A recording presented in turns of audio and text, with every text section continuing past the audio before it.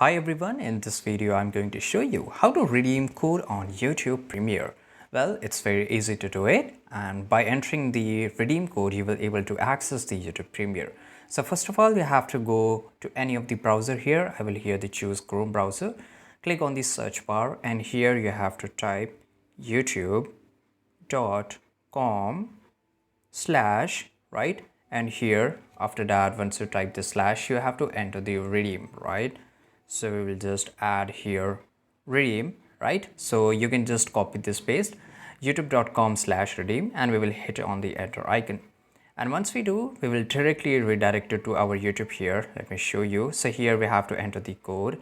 You can just add your redeem code, and once you add here, if it is a proper the exact the original redeem number, then it will show you the number of next. So here you have to click on the next and you will able to redeem your code. And this is because very easy, because I have already logged my YouTube ID here.